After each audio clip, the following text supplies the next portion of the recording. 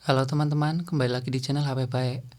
Oke, jadi di video kali ini aku mau sedikit sharing simple aja review buat ngebahas Infinix Hot 10s antara kelebihan dan kekurangannya. Ya, BTW HP ini tuh harganya di sekitar 1,7 jutaan ya. Jadi dengan rentan harga segini sebenarnya kita itu punya duit mulai harus sedikit teliti buat ngebeli HP karena brand-brandnya udah mulai kenceng-kenceng banget persaingannya. Misalnya kayak Redmi itu ada Redmi 9, ada Redmi 9T, ada Poco M3, di Realme ada Realme C15, di Samsung ada Samsung M12, dan kita kembali buat Infinix Hot 10s. Apakah HP ini worth it buat dibeli dipakai di tahun 2021? Oke, dan di sini aku akan ngebahas kelebihan dan kekurangan yang benar-benar aku rasakan setelah menggunakan HP ini yang begitu terkesan. Yang pertama, untuk kelebihannya adalah dari segi kapasitas baterainya badak banget. Ini memiliki kapasitas baterai 6000 mAh. Meskipun pengecasannya masih USB tipe biasa, bukan tipe C, belum ada 18 watt-wattan kayak gitu. Jadi ngecasnya emang di atas 3 jam. Cuma dengan screen on time yang aku rasakan di atas 10 jam ini ngebuat HP ini tuh di atas rata-rata HP kelas baterai 5000 mAh lah. Di sini itu dipakai bisa tembus sampai 2 hari. Kalau kebutuhan rada berat itu sekitar 1 hari dari pagi sampai malam masih sangat-sangat aman banget itu buat kayak ngegame terus sama rebahan terus kayak gitulah. Jadi intinya baterai di HP ini benar-benar sangat aman buat dipakai. Ya jadi kadang malah ada kayak perasaan lupa kapan terakhir ngecharger seperti itu. Itu aku sering banget yang aku alami seperti itu. Baterainya wah badak sih. Selanjutnya kelebihan yang kedua dari Infinix Hot 10s ini adalah dari performanya. Karena sudah memakai chipset MediaTek Helio G85, sama persis kayak chipset di Redmi Note 9 di 12 nanometer.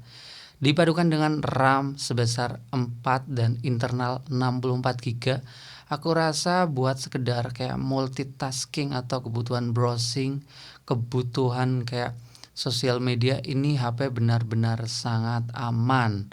Ya, Infinix emang tepat banget sampai ada kolaborasi dengan game Mobile Legend, ada hashtag anti lag.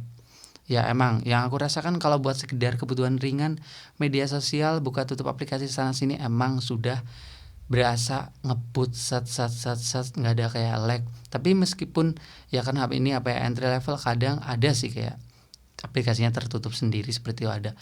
Ya langsung aja buat ngomongin buat ngegame gimana bang. Ini kan HP gaming banget sampai ada di boxnya seperti itu, legendary.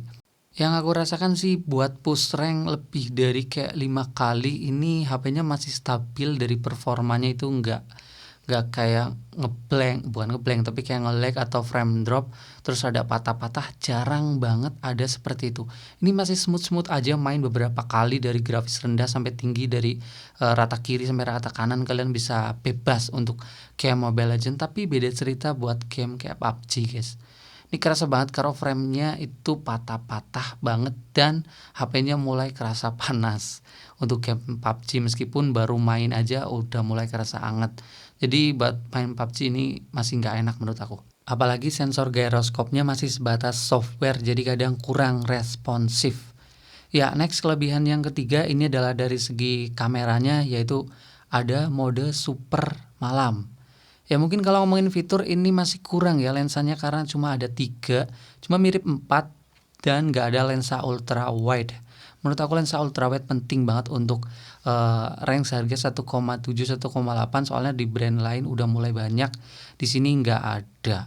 Tapi ya udahlah, emang HP entry level kita nggak bisa ngarep banyak. Sekarang kita fokus lagi untuk ya mode super malam di kamera belakang Infinix Hot 10s ini. Menurut aku sudah cukup bagus banget untuk standarisasi mode malam di HP entry level ini, sangat ngebantu banget dan cukup mencengangkan untuk hasilnya. Kalian bisa melihat foto pertama seperti ini dan foto kedua seperti ini. Terlihat banget perbedaannya ya. Kita kembali lagi melihat foto yang gelap-gelap ini di depan pinggir nasi gorengan kayak orang hilang, jadi seperti ini. Ya, jadi processing gambarnya menurut aku ini udah cukup bagus, dari warna yang pucat, kurang tajam, detailnya halus, jadi lebih terang, lebih bright, lebih hidup, lebih berwarna, kontrasnya lebih tajam. Mungkin ini jauh dari kata natural, tapi kalau buat sekedar diposting-posting di sosial media ini sudah sangat aman dan keren aja, lebih hits dan lebih cakep lah tanpa editing-editing ribet. Ya, sosial media itu kan tempatnya pencitraan. Oke, lanjut, dan ini adalah kelebihan terakhir yang aku rasakan di Infinix Hot 10s adalah dari segi refresh rate layar. Sudah 90 Hz. Ya, di harga segini 1,7 jutaan mungkin ada Samsung M12 yang sudah 90 Hz. Itu aja, di brand lain nggak ada. Jadi ini memberi kita sebuah teknologi di HP 2 jutaan ke atas ini cuma di 1,7 jutaan, dan itu feel-nya kerasa banget. Buat kalian buat scrolling itu berasa jauh-jauh lebih smooth, lebih enak, lebih licin, lebih halus, lebih responsif menurut aku. Ya, ini sih sangat bisa banget memberi kenyamanan ataupun pengalaman baru dalam operasional layar yang jauh lebih smooth dan enak. Next, kekurangannya apa aja Bang? Ini kekurangannya juga cukup memprihatinkan. Yang pertama adalah dari segi build quality-nya kerasa murah banget. Ini plastiknya menurut aku mirip-mirip aja sama Infinix yang seri lainnya yang lebih murah, dan untuk layar depannya juga belum ada corning Gorilla Glassan, jadi ini wajib banget buat dipasangin tempered glass, apalagi HP-nya gede, berat, jadi kalau tiba udah hamjar. Dan untuk bagian belakang backdoor-nya ini banyak catatan menurut aku. Dari build quality-nya menurut aku masih kerasa plastik banget dan rada ngekopong, rada gimana ya, kalau kita pegang-pegang rada kletak-kletak sedikit kayak gitu, jadi kayak kurang presisi sama ya kurang rapet kayak gitulah. Padahal ini HP-nya udah termasuk berat, tapi ya feel-nya nggak kerasa mahal ataupun nggak kerasa solid kayak gitu, nggak. Dan ada catatan sedikit juga, fingerprintnya kurang ke bawah dikit. Ini membuat tanganku yang sebenarnya nggak kecil-kecil banget kurang bisa ngejangkau. Ditambah lagi HP-nya gede, fingerprintnya terlalu ke atas. Itu sih yang aku rasakan dari segi build quality sama desain. Next, ini adalah kekurangan yang menurut aku cukup kerasa banget. Kekurangannya buat dipakai adalah dari segi layarnya. Ya, gimana coba dengan layar berukuran 6,8 inch itu udah gede, panjang. Ya, cuma kerapatannya di 260-an ppi dengan resolusi 720p. Aku emang udah beberapa kali nyoba HP entry level dengan resolusi 720p, tapi itu masih kerasa sedikit enaknya. Tapi di sini itu view angle-nya bener-bener cukup jelek. Kalau kita miringin dikit udah gambar warna brightness hancur. Jadi kita harus benar-benar tampak depan ngelihat layar HP ini. Kalau dibandingin dengan yang katanya Jawara, ini masih jauh sekali sih. Oh ya, dan misal kalau kalian pengen nurunin refresh rate ke 60 Hz, itu kerasa banget penurunan layarnya dari segi kualitas scrollingnya, kerasa banget patah-patah kayak HP Infinix seri murah lainnya. Dan iya, HP ini menurut aku cuma menang dari ukuran gede sama refresh rate. Selebihnya kurang tajam layarnya, kurang berwarna, kerasa banget kalau buat sosial media, nonton, atau main game. Nah, selanjutnya ini adalah kekurangan yang cukup kerasa juga. Ini adalah dari segi kualitas audio speaker masih sama kayak Infinix seri murah lainnya. Jadi suaranya kurang bulat, rada pecah, dan kurang detail. Coba kalian dengarkan.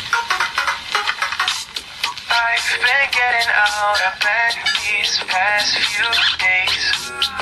Think it's fair to be proud about it.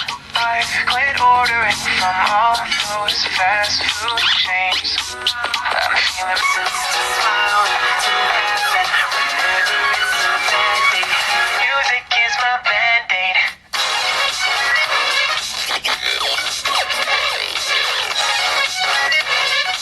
Ya, kualitas audio speakernya ini kerasa banget kurang nendang kalau kalian coba sambil nonton film atau main game atau dengerin musik.